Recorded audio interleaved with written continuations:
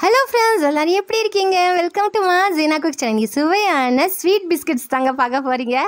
கொஞ்சம் சவுண்டை கேளுங்களேன். செம்ம கிறிஸ்பியாகவும் செம்ம டேஸ்டியாகவும் இருக்கிற ஸ்வீட் பிஸ்கட்ஸ் எப்படி செய்யலாம்னு சொல்லிட்டு பார்க்கலாம். ரொம்ப டேஸ்டியாக இருக்குங்க. ஒரு மாதத்துக்கு கூட கெடாமல் பத்திரமா ஏர்டைட் பாக்ஸில் வச்சுக்கலாங்க. இதுக்கு இன்றைக்கி நான் 1/4 கப்பு வாட்டர் எடுத்துக்கிட்டேன். அதோட 1/2 கப் சுகர் எடுத்துக்கலாம். சுகரும் வாட்டரும் நல்லா மிக்ஸ் ஆகிற வரைக்கும் நல்லா பீட் பண்ணிக்கலாம். இந்த மாதிரி விஸ்க் இருந்துச்சுன்னா விஸ்க் வச்சு பீட் பண்ணிக்கோங்க. அதோட 1/4 கப்பு கீ சேர்த்துக்கோங்க. கீ சேர்த்து செஞ்சோன்னா பிஸ்கட் செம்ம டேஸ்டியாக இருக்கும். நமக்கு கடையிலலாம் வாங்கி சாப்பிட்றது அவங்கெல்லாம் டால்டா போடுவாங்க, வனஸ்பதி. ஸோ நம்ம கொஞ்சம் ஹெல்த்தியாகவே செய்வோமே. அதோட 1/4 டீஸ்பூன் சால்ட்டு, ஒரு பிஞ்சு சோடா உப்பு அதையும் சேர்த்துட்டு நல்லா மிக்ஸ் பண்ணிக்கலாம். இது எல்லாத்தையும் நல்லா மிக்ஸ் பண்ணிவிட்டு அதோட இன்றைக்கி நான் 2 கப்பு மைதா மாவில் செய்கிறேங்க. இந்த பிஸ்கட் மைதா மாவில் செஞ்சால் தான் சூப்பராக இருக்கும். ஏன்னா நம்ம மிக்சர்லலாம் வாங்கி சாப்பிட்டோன்னா அந்த மைதா மாவில் தான் இது செஞ்சுருப்பாங்க. ஸோ இது மைதா மாவில் இந்த ரெசிபி ட்ரை பண்ணியிருக்கிறேன். ஸோ இது எல்லாத்தையும் நல்லா மிக்ஸ் பண்ணிக்கலாம். இது நல்லா திக்காக டைட்டாக டோ வர்ற மாதிரி நல்லா சாஃப்டாகவும் திக்காகவும் வர்ற மாதிரி பார்த்துக்கோங்க. இப்போ எனக்கு கொஞ்சம் தண்ணியாக இருக்கிற மாதிரி இருந்துச்சு. ஏன்னா நம்ம அதோட நான் ஒரு 3 டேபிள் ஸ்பூன் மறுபடியும் மைதாவை சேர்த்துக்கிட்டேன். ஸோ கரெக்டாக இருந்துக்கும். 2 கப்பு மைதா ப்ளஸ் 3 டேபிள் ஸ்பூன் மாவு, அதை கணக்கு வச்சுக்கோங்க. கரெக்டாக இருக்குங்க. இது மாதிரி அளவுகளில் செஞ்சு பாருங்களேன், அட்டகாசமான டேஸ்ட்டில் இருக்கும். இதெல்லாம் நல்லா மிக்ஸ் பண்ணிவிட்டு நல்லா திக்காக இது மாதிரி நல்லா பிசைஞ்சிக்கலாம். எப்பவும் நம்ம சப்பாத்திக்கெல்லாம் பிசையோம் இல்லையா, அது மாதிரி நல்லா பிசைஞ்சிட்டு இதை நல்லா என்ன செய்யலான்னா, ஒரு துணியை கொஞ்சம் நல்லா ஈரமாக்கிட்டு ஒரு டவலோ துணியோ ஒரு கர்ச்சீப்போ அதை வச்சுட்டு நல்லா இது மாதிரி மூடி வச்சுருங்க. ஒரு 1.5 மணி நேரம், அட்லீஸ்ட் 1 ஹவராவது ஊற வச்சுருங்க. அப்போ தான் சூப்பராக மாவு ஊறிட்ட பின்னாடி பாருங்கள் நல்லா புசு புசுன்னு இருக்கும். அதோட நல்லா மறுபடியும் கொஞ்சம் ஒரு 2 நிமிஷம் அப்படி பிசைஞ்சிட்டு ஒரு 3 பால்ஸாக தனித்தனியாக பிரிச்சுக்கிட்டு 3 பார்ட்ஸாக பிரிச்சுக்கிட்டு அதோட நம்ம என்ன செய்யலான்னு பாருங்கள். அதோட ஒரு ஏதோ ஒரு போர்டு இல்லாட்டிக்கு சப்பாத்தி கட்டை அது மாதிரி வச்சுட்டு நம்ம கொஞ்சோண்டு மாவை டெஸ்ட் பண்ணி விட்டுக்கலாம். அதோட அது பெரிய பால் எடுத்தேன் இல்லையா, அதை இது மாதிரி திரட்டிக்கலாம். கொஞ்சம் நல்லா திக்காகவே திரட்டிக்கோங்க. ஒரு 1/4 இன்ச்லேருந்து 1/2 இன்ச் அளவுக்கு திக்காக நல்லா திரட்டிக்கிட்டு இப்போ ஒரு நைஃப், ஷார்ப்பான நைஃப் வச்சுட்டு இது மாதிரி கட் பண்ணிக்கோங்க. உங்களுக்கு எந்த ஷேப் வேணுமோ அந்த ஷேப்பில் கட் பண்ணிக்கலாம். நம்மளுக்கெல்லாம் கடைகளில் அந்த பேக்கரிஸ்லலாம் கிடைக்கிறது ஸ்கொயர் ஷேப்பில் இருக்கும் இல்லையா, குட்டி குட்டியாக ஸ்கொயராக அது மாதிரி கட் பண்ணிக்கலாம். இது மாதிரி நல்லா கட் பண்ணிக்கோங்க. ஈஸியாக கட் பண்ண வந்துடுங்க, எந்த இதுவுமே கிடையாது. இந்த சைட்ஸில் உள்ளது மட்டும் நம்ம ரிமூவ் பண்ணிப்போம். இது அன்ஈவனாக இருக்கு இல்லையா, அதை மட்டும் ரிமூவ் பண்ணிவிட்டு இப்போ கரெக்டாக ஷேப் கொடுத்துடலாம். இது வரைக்கும் நம்ம சேனலை சப்ஸ்கிரைப் பண்ணலன்னா சப்ஸ்கிரைப் பண்ணி வச்சுக்கோங்க ஃப்ரெண்ட்ஸ் நம்ம சேனலை.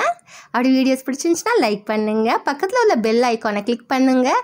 நோட்டிஃபிகேஷன் அப்போ தான் உங்களுக்கு உடனுக்குடனே வரும். அதோட இப்போ நம்ம நல்லா ஸ்கொயர்ஸ்லாம் கட் பண்ணிக்கலாம். இது நம்மளுக்கு ஊற வைக்கிறதுக்கு மட்டும்தாங்க இந்த டைமு 1 ஹவர். மற்றபடி இது பிசைஞ்சு வச்சிட்டோம்னா அப்புறமா சீக்கிரமாகவே இது ஆயிரும். இது ஈவன் பிகினர்ஸ் கூட ட்ரை பண்ணலாங்க, தாராளமாக வரும். நம்மளுக்கு அளவுகள் மட்டும் கரெக்டாக இருந்தால் போதும். நான் சொன்ன அளவுக்கு செஞ்சு பாருங்களேன், கரெக்டாக இருக்கும். இது ஒரு தட்டில் எல்லாமே இது மாதிரி கட் பண்ணிவிட்டு இதை எடுத்துக்கலாம். இது மாதிரி நைஃப்லேயே வந்துடும். நம்மளுக்கு இப்போ ஒன்றோட ஒன்று ஒட்டின மாதிரி இருந்தாலும் நம்ம எண்ணெயில் போட்ட பின்னாடி அது கொஞ்சம் பொரிஞ்சிட்டாவே அது ஆட்டோமேட்டிக்காக தனித்தனியாக ஆயிருங்க. அதனால் கவலையே இல்லை. இப்போ இது மாதிரி நம்ம எல்லா பிளேட்லேயும் நான் ஃபஸ்ட்டு இது மாவு உருண்டை பண்ணிட்டேன் இல்லையா, அதே மாதிரி மற்ற 2 உருண்டைகளும் அதே மாதிரி செஞ்சுக்கிட்டேன். திரட்டிட்டு இது மாதிரி கட் பண்ணிக்கிட்டேன். இப்போ ஒரு நல்ல இது கடாயி ஏதாவது பேன் வச்சுக்கோங்க. அதில் நல்லா எண்ணெய் ஊற்றிக்கிட்டேன். எண்ணெயை ஊற்றிட்டு எண்ணெய் லைட்டாக சூடாயிடட்டும். நல்லா சூடாயிட்டு மேலே பபிள்ஸ் மாதிரி வரும் இல்லையா, அதே ஒரு பிஸ்கட்டை போட்டு பாருங்கள். நல்லா பபிள்ஸ் மாதிரி வந்துட்ட பின்னாடி மற்ற எல்லா பிஸ்கட்ஸையும் போட்டுடலாம். தனித்தனியாக பிரித்து பேட்சாக செய்யுங்க, அப்போ ஈஸியாக இருக்கும் உங்களுக்கு. இப்போ இதெல்லாமே நம்ம பொரிஞ்சிட்ட பின்னாடி கொஞ்சம் நேரம் கழிச்சிட்ட பின்னாடி அதை திருப்பி போட்டுக்கலாம். நம்மளுக்கு ஃப்ளேமை மட்டும் கொஞ்சம் மீடியம் ஃப்ளேம்லேயே வச்சு பொரிச்சு எடுங்க. அப்போ தான் நல்லா உள்ளக்க நல்லா வெந்துட்டு மேலே லைட்டாக கோல்டன் கலர் சேஞ்ச் ஆகிற டைமில் கொஞ்சம் லைட்டாக கோல்டன் கலர் வர உடனே ரிமூவ் பண்ணிக்கலாம். ரொம்ப திக்கு கலராக வரணும்னு அவசியம் கிடையாதுங்க. லைட் கலர் வந்த உடனே நம்ம ரிமூவ் பண்ணிக்கலாம். அது செம்ம கிறிஸ்பியாக இருக்கும். ஸ்டார்டிங்கில் சாப்பிடுவோன்னா எடுத்துகிட்டு சாப்பிடுவோன்னா கொஞ்சம் மெத்துன்னு இருக்கும். கொஞ்சம் டைம் எடுத்துகிட்ட பின்னாடி நல்லா கிறிஸ்பியாக மேலே கிறிஸ்பியாக இருக்குங்க. சூப்பராக இருக்கும். கண்டிப்பாக அந்த ரெசிபியை ட்ரை பண்ணுங்கள். உங்கள் எல்லாத்துக்குமே வீட்டில் உள்ளவங்களுக்கு பிடிக்கும்.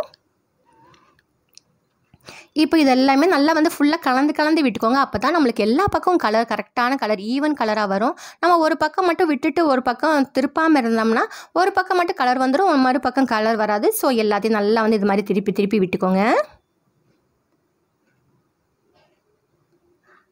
அப்போல்லாம் நம்ம அம்மாங்க எல்லாமே நம்மளுக்கு லீவ் டைம்லலாம் இது மாதிரி ஸ்நாக்ஸ் ரெசிபிலாம் செஞ்சு கொடுப்பாங்க இல்லையா. இப்போ தான் நிறைய வகை பலகாரங்க ஸ்வீட்ஸ்லாம் வந்துருச்சு. அப்போல்லாம் மெயினாக எல்லார் வீட்லேயுமே எல்லாரோட அம்மாங்களுமே இது மாதிரி மைதா பிஸ்கட் தான் ரொம்ப பிரசித்தியாக செய்வாங்க இல்லையா.